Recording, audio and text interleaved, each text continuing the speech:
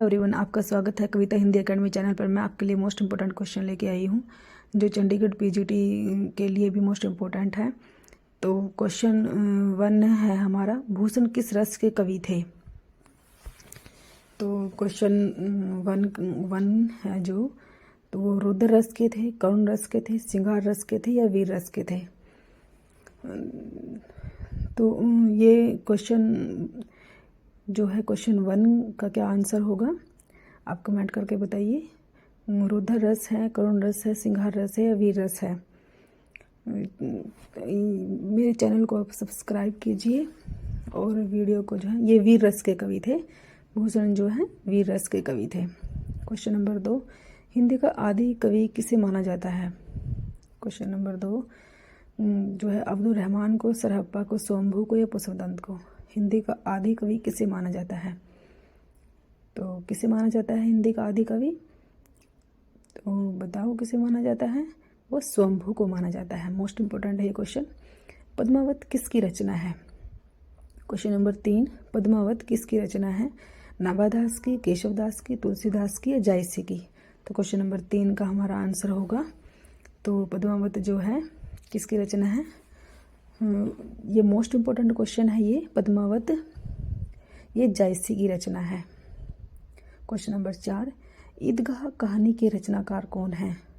Question number 4 जो है, प्रेमचंद है, अज्ञे हैं, प्रसाद है या जैनेन्द्र है। तो क्वेश्चन नंबर 4 का हमारा आंसर क्या होगा, तो क्या होगा, ईदगाह कहानी के जो है वो प्रेमचंद जी हैं। क्वेश्चन नंबर 5, रामचरितमानस में कितने कांड हैं। तो ये तो सबको ही पता होगा, रामचरितमानस में कितने कांड हैं। ये 4 है, 5 है, 7 है, 8 हैं, कितने हैं। तो क्वेश्चन नंबर 5 का हमारा आंसर होगा, ये 7 कांड हैं।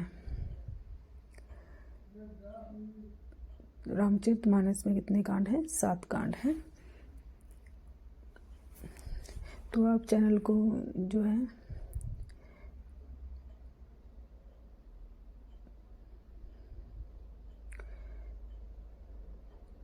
चैनल को सब्सक्राइब कीजिए, वीडियो को लाइक कीजिए और आप जो है दोस्तों के साथ शेयर कीजिए।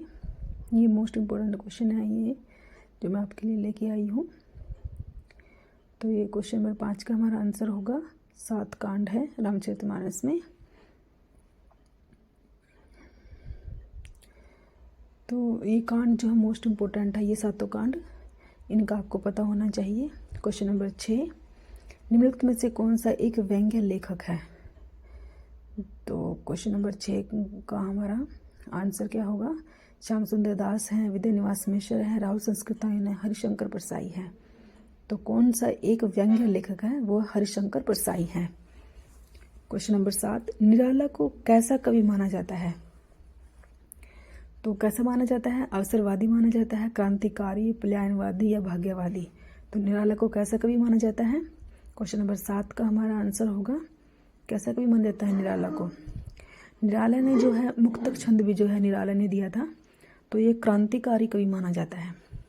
क्वेश्चन नंबर 8, हिंदी साहित्य के आरंभिक काल को आचार्य रामचंद्र शुक्ल ने क्या कहा।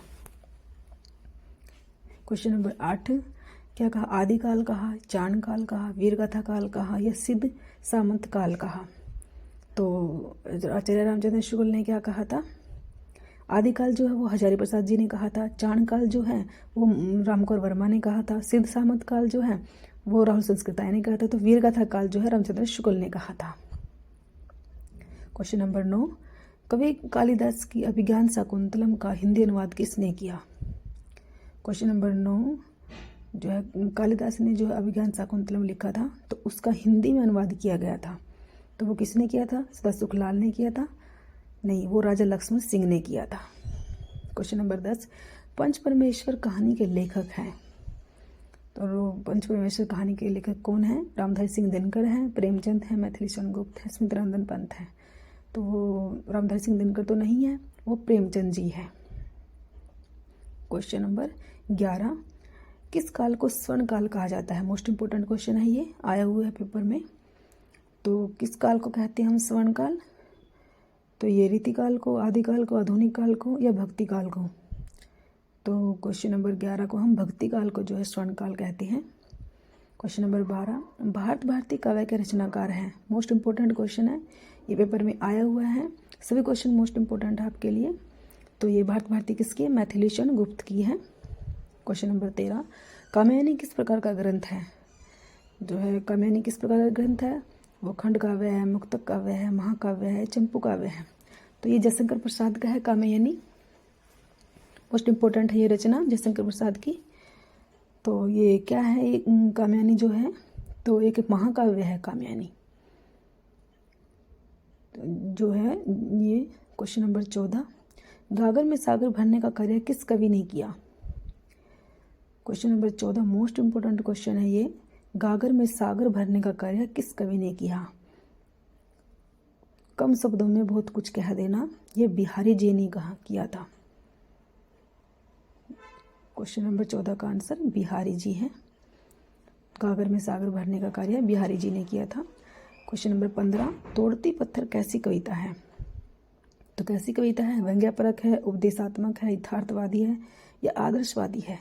तो कौन क्या है तोड़ती पत्थर कविता कैसी है? तो क्वेश्चन नंबर 15 का हमारा आंसर है कैसी है ये कविता। ये क्वेश्चन भी कई बार पेपर में आ चुका है, तो सभी क्वेश्चन जो है मोस्ट इम्पोर्टेंट है, सबको आपने अच्छे से लर्न करने हैं, अच्छे से आपने इनको नोट करना है। क्वेश्चन नंबर 15 हमारा तोड़ती पत्थर कैसी कविता है कि यथार्थवादी कविता है। क्वेश्चन नंबर 16, विद्यापति की पदावली की भाषा क्या है? तो विद्यापति जी ने जो पदावली लिखी थी उसकी भाषा क्या है? भाषा से रिलेटेड भी एक क्वेश्चन जरूर आता है, तो जितनी भी रचनाएं हैं उनकी भाषा भी पता होना चाहिए, कौन सी भाषा में लिखी गई। तो ये मैथिली भाषा में लिखी गई थी, विद्यापति की पदावली जो है वो मैथिली भाषा में लिखी गई थी।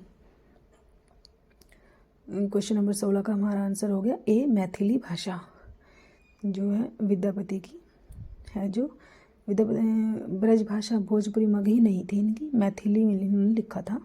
क्वेश्चन नंबर 17, डैश को उग्र कहते हैं? जो है कौन से कवि को हम उग्र कहते हैं? तो रामेश्वर लाल दुबे को कहते हैं, पांडे बेचन शर्मा को कहते हैं, नरेश मेहता को कहते हैं या अज्ञे को कहते हैं? तो वो दो है, पांडे बेचन शर्मा को कहते हैं। क्वेश्चन नंबर 18, शेष कादम्बरी की रचयिता हैं? तो शेष कादम्बरी किसने लिखी है? नरेश मेहता ने, हजारी प्रसाद द्विवेदी ने, बाण भट्ट ने, अलका श्रावगी ने। तो क्वेश्चन नंबर 18 का हमारा आंसर है 4, अलका श्रावगी।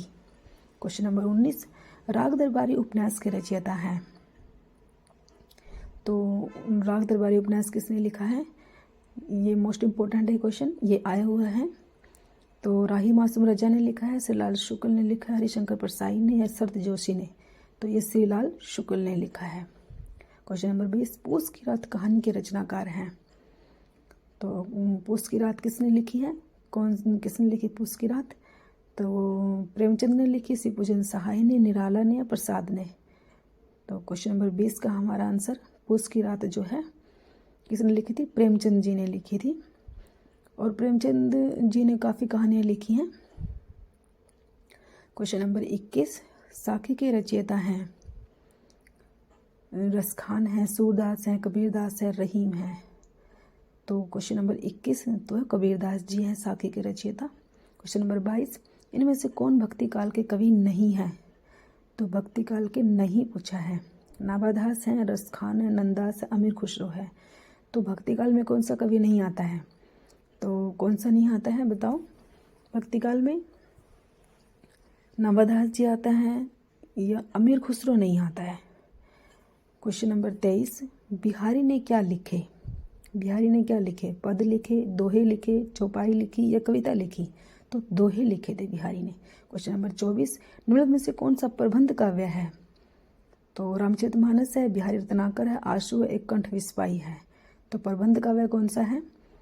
क्वेश्चन नंबर 24 जो है प्रबंध काव्य कौन सा है? वो है रामचरितमानस ही प्रबंध काव्य है।